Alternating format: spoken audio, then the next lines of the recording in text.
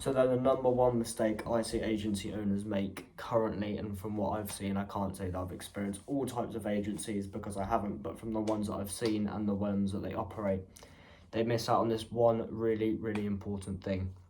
Now, by not doing this, it's so simple to implement and do, but it's often overlooked and just something that people don't pay much attention to, and I think they should pay more attention into it, as it provides a better overall customer service and makes them more happy with the thing that you're providing them with. And that one simple thing is simply keeping in contact with your potential clients and your current clients. Now, I'll give you an example.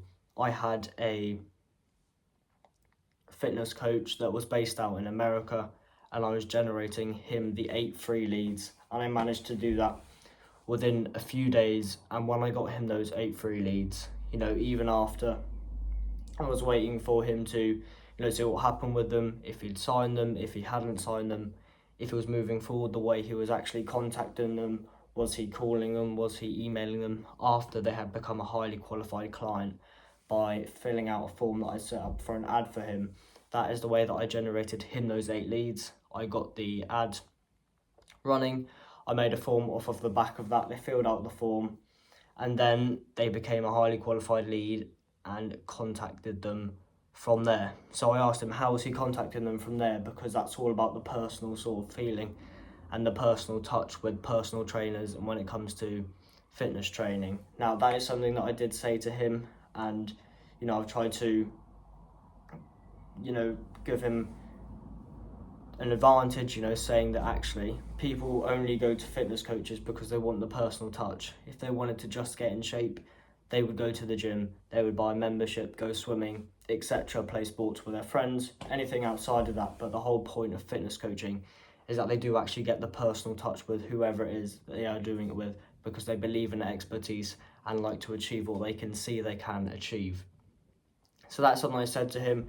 And I said the way you're contacting them is very, very important. I would recommend perhaps a phone call or a video call, anything like that, where they can actually hear you rather than just texting, as texting is a good way to get through to them. You still can make it personalised, mention their name, talk about them, what they like to do, their hobbies and interests, etc.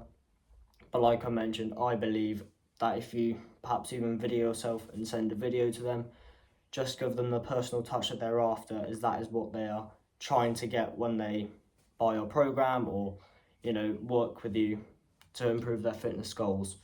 So that is something that I did say to him that I believe is very, very important, keeping in contact with his potential customers, keeping in contact with his potential clients that he was talking to. So when I asked him, he said he'd emailed them, and I think that was pretty much it. And I said, my personal advice is obviously up to you. They're your potential clients. That is completely your choice, and I don't have any control over that. But what I would personally do, and what I personally recommend for you to do, is to either video call them or just give them a simple phone call, or perhaps, like I mentioned, send a video over of you saying, hello, your name, their name, just checking in, see how you're doing. What do you think to the new program, the new course? How are you progressing, etc. So that is what I said to him, and that is what I actually mentioned, as like I say, that is all about, for the fitness coach, people want that personal touch, that personal feel. They are not after just a standard gym membership. They're not after you telling them to lift weights. They want you to plan their meal prep. They want you to, tell them how to progress forward with, whether it's, weight training or body weight training, whatever it may be. That is what I recommended, as it's a very, very important and vital part of the actual coaching process. People are not in it for lifting weights, etc. They are all about the personal touch and believing in your expertise and knowledge that you have in the area that it is you're going to be coaching them in. So, like I said, that is really, really important. He kept in contact with his potential customers. He booked a video call by calling one of them, booked in a video call, sorry. And I'm going to discuss further, and hopefully that should become a potential client of his. And I did that, within the space of a few days, generating the leads, and then he went on from there to book the video call and take the process further with it. So that is, a great result for a potential fitness coach client that we've got going at the minute. and I'd love to see the progress and the stuff that's going on over there with that as well. That's really great. So moving forward, then I said to him, the ones that aren't responding, aren't getting back to you, if any, they need to be contacted either through voice call, through text message, through a simple video sent on a text message. Any method of communication that feels personalised and give them that touch. So that was the number one takeaway that I had from that. You definitely need to contact your potential clients and potential customers a lot more when it comes to especially things like fitness coaching, as that is one of the potential clients I have at the minute for the Rise Up agency. So I think that is one thing that is very, very often overlooked. Just keep in contact with your potential clients, as that gives them more the personalized experience. You get a lot of these agencies calling them up, and I will be honest, the people that you phone or contact, they probably do get that about 500 times a day, and they're more likely, if they say call you back tomorrow, make sure you do call them back tomorrow, because that shows them that you actually are invested and want to work with them. The one, it's often used as it's often a rejection kind of thing. They just say call me tomorrow because they're expecting, and from what they've experienced in the past is that agencies just overlook them and don't call them back in the future.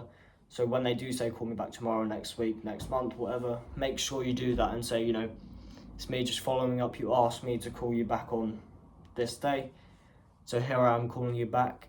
Do you remember my offer? Shall I go over it quickly again for you, just so we're both on the same page, and see if you're still interested? Does that sound like something that you'd like to hear? And then they should be like, oh yeah, thanks for calling back, appreciate the time, etc. And from there you can continue and build a great customer and client relationship with them, which is what it's all about. So keeping in contact with your potential clients and even your current clients is so important, even if it's just to check in. If they're a current client of yours, then make sure you are checking in with them, see, are you happy with our performance? What adjustments have you made to your business that we need to include with for my example, lead generation? Are there any new services you're providing? Just make sure you know what's going on with the business. You can't have one video call with them, get loads of information about their business, which you should do, and then just expect that to be the same forever. You have to, keep calling them, keep talking about what's moving forward, what's working, what's not working with them. See if they agree or disagree, as it is all about the customer and the client, and it's their input that really matters when it comes to the services, the offers, etc. that they are providing. So please do not forget, when you're running your agency, do not ignore your customers, your potential clients, whatever it may be. Make sure you're following up with them. Make sure you are calling them, giving them a personalized feel, and make it feel like they actually, like you actually care for their company and the ones that you are working for them. So that is something that I think is massively missed in the agency space currently, especially when people are just starting out. Do not ignore the potential customers and clients, as you're just another one of the 500 calls that they get every day. But if they say call me back, or even if you ask for their WhatsApp number and you send over a message, rather than sending over a message, why didn't you send over a video call of yourself sitting down at a chair, just a nice clean background, something that looks plain and presentable? That would be, ideal, as you can then record yourself saying, here's my offer again. I'll just reiterate it for purposes of this chat. And if it still sounds something of interest to you, I can send over some more details, let you know how it all works, and whatever you need to do to ensure the process for the agency is running smoothly and efficiently. So that was kind of the one thing that I wanted to talk about in this video. I'm sure there'll be future videos about things that I should want to talk about the agency space and what I think is missed and what I think people should implement from my personal experience. I'm not claiming to be an expert, like I said, but that is what I think, and that is something I think is very, very important, and what I found to be very important when it comes to actually running my own agency so far. So do keep in contact with your potential clients, and the current clients that you do have, make sure they are well looked after.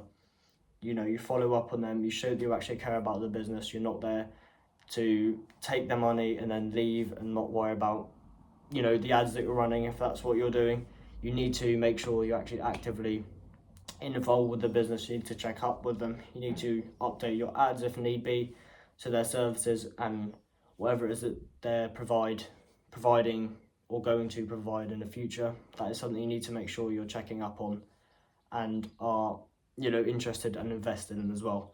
So that was the one thing for this video. Thank you very much for watching. Remember to take it one step at a time, and I'll see you in the next one.